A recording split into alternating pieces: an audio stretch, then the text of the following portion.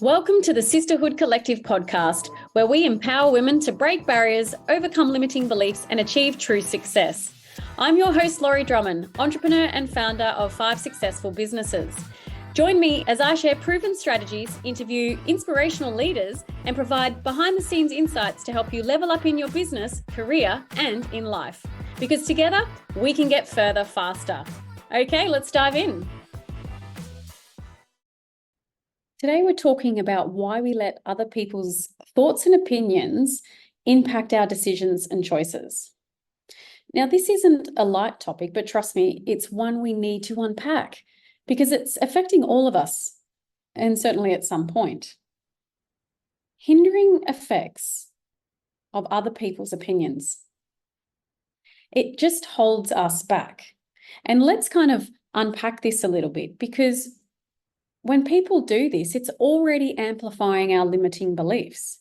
We already have enough on our plates with our own self-doubt, our limiting beliefs, and then suddenly we're letting other people's opinions weigh in. And it's like adding this fuel to that fire of uncertainty. It stops us from making decisions that could literally lead us to this positive change and growth for ourselves, which is what I want for everybody, if that's what you want for yourself. And why wouldn't you? I mean, imagine you're considering launching a new business venture, and then your inner critic is already making you question, am I good enough? Have I got enough content? Am I ready? And then a friend casually mentions that, the market's just way too saturated. And then boom, your self-doubt is now in overdrive, and you're suddenly talking yourself out of this great idea that you have that is literally going to change the trajectory of your life.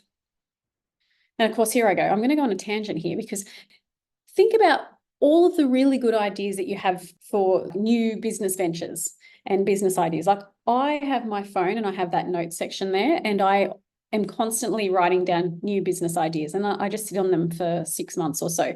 And even driving today, I was talking to Lauren on the phone, and she came up with a business idea. I said, I love that idea. Put that one to the side for a little bit. Let's get through where we're at right now. But don't put it away forever, but just put it in the vault for a little while, because you can always come back to it. But seriously, if you wrote down all of the good ideas that you had over time, you'd probably have quite a really good, big, thick chapter worth of good ideas. But you've probably never really acted on any of them.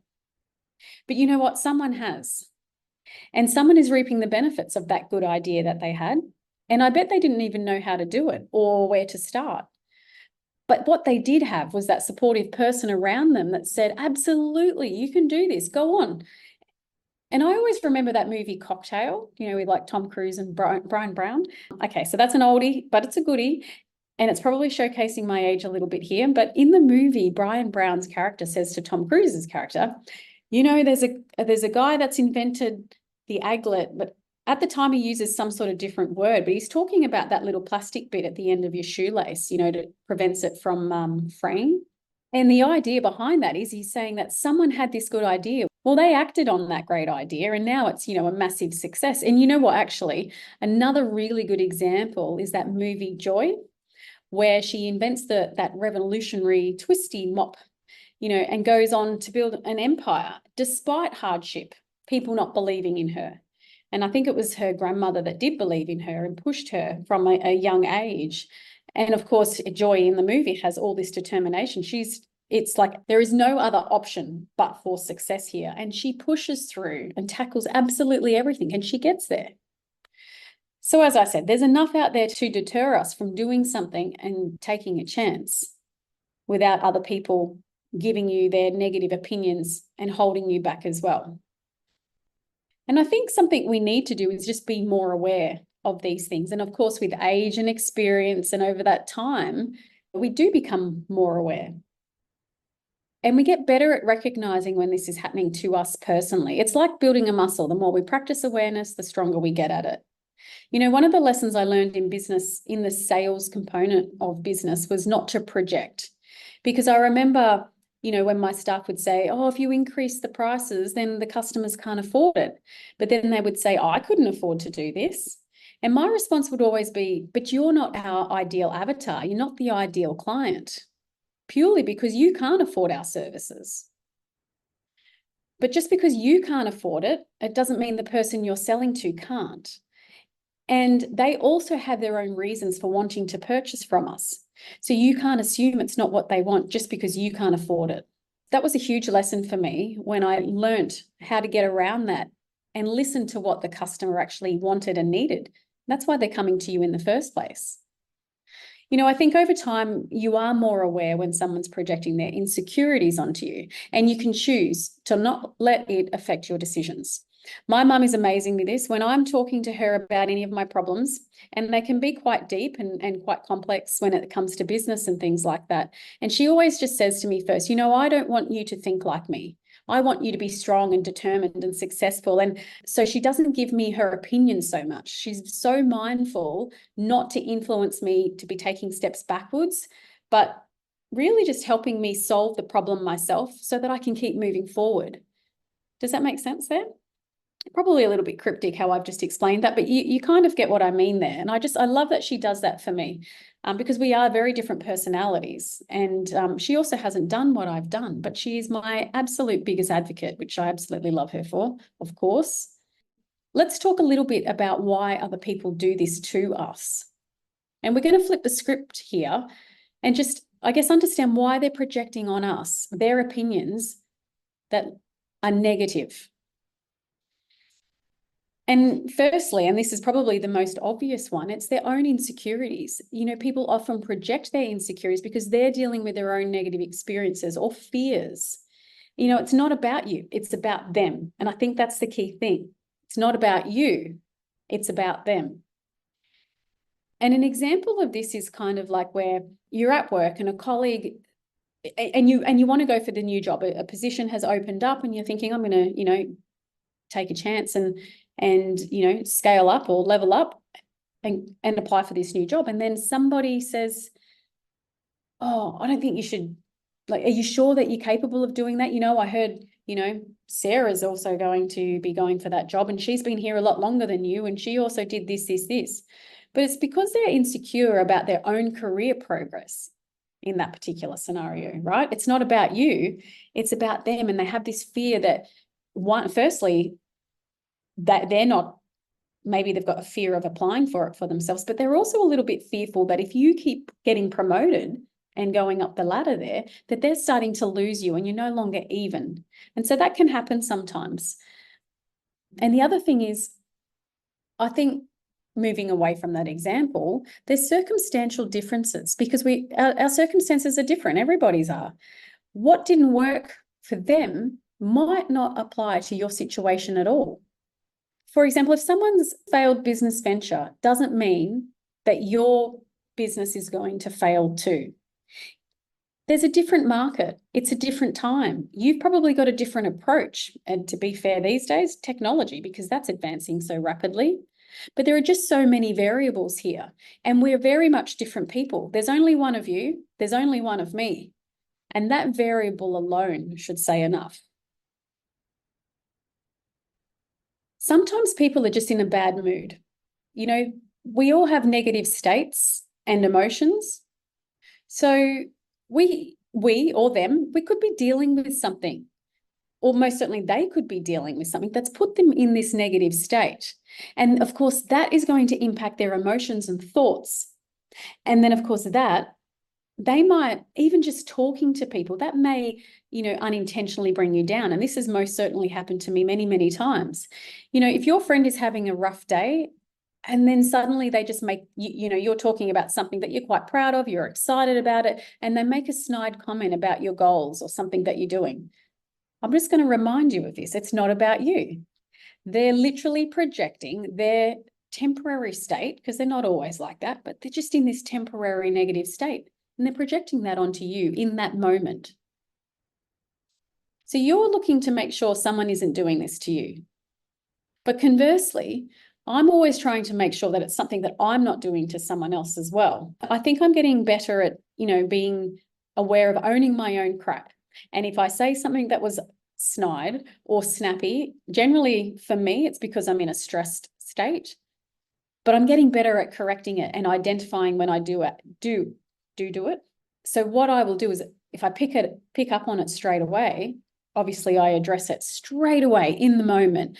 And then there's the odd occasion where it'll be a few minutes, an hour, half an hour later, but I will always text or call and pull myself up on that and say that, I apologize. It wasn't you, it was me type thing.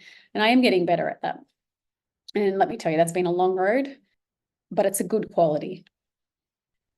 When people are hindering and negatively impacting our decisions and our lives,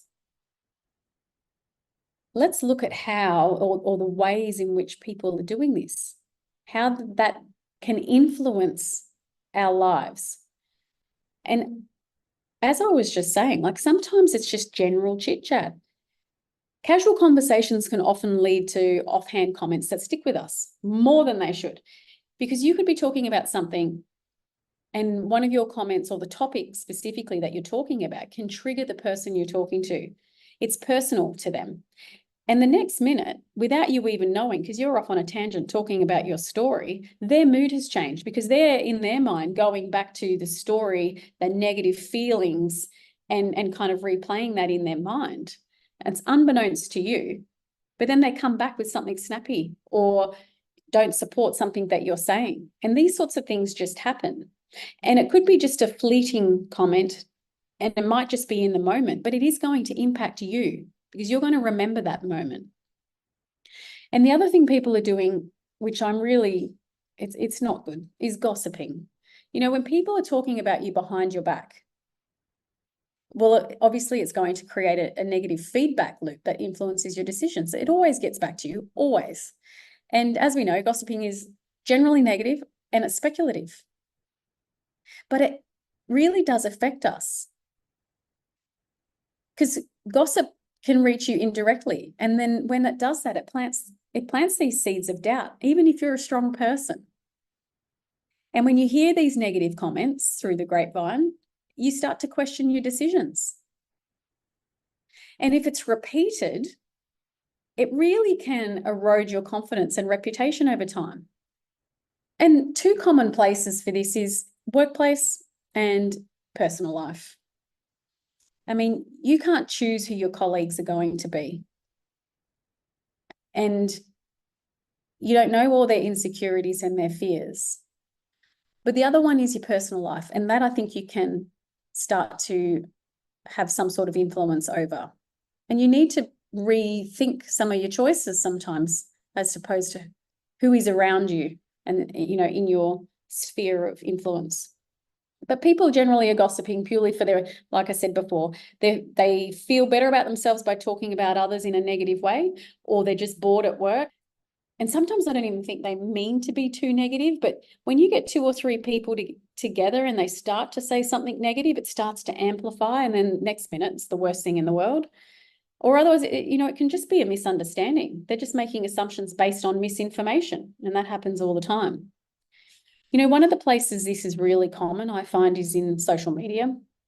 When you do a post or, a reel or some sort of thing, and someone just can't help themselves and they write some sort of negative comment or a passive-aggressive remark on the social media, and it can really hit hard, especially when you're putting yourself out there. And this is for both business and personal life, because I've had both comments.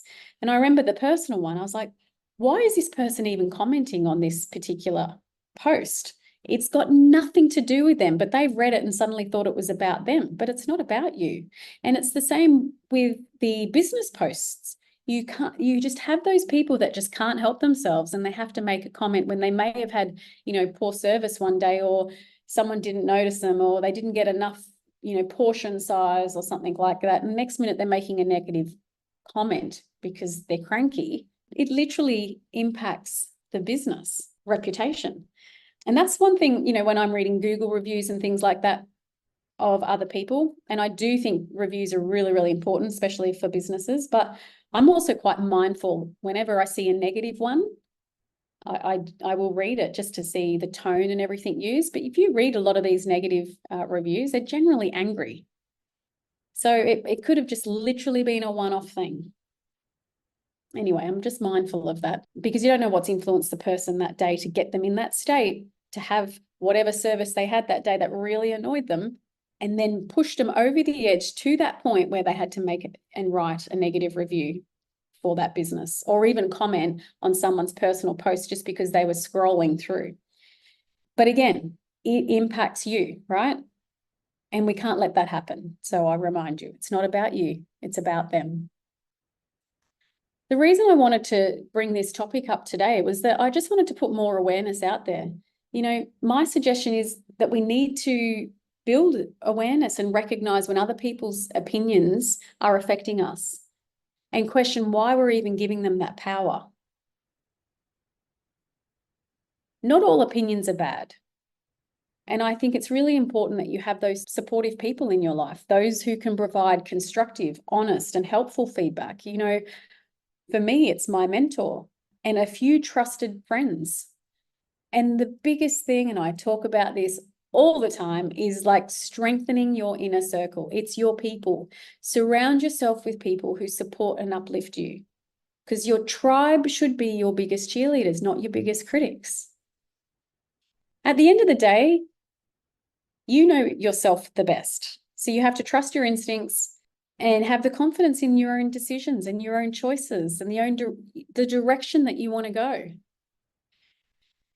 All right, my friends, that's a wrap for today. Remember, the only opinion that truly matters is your own. Keep pushing forward, stay true to you, and let's continue to grow and thrive together.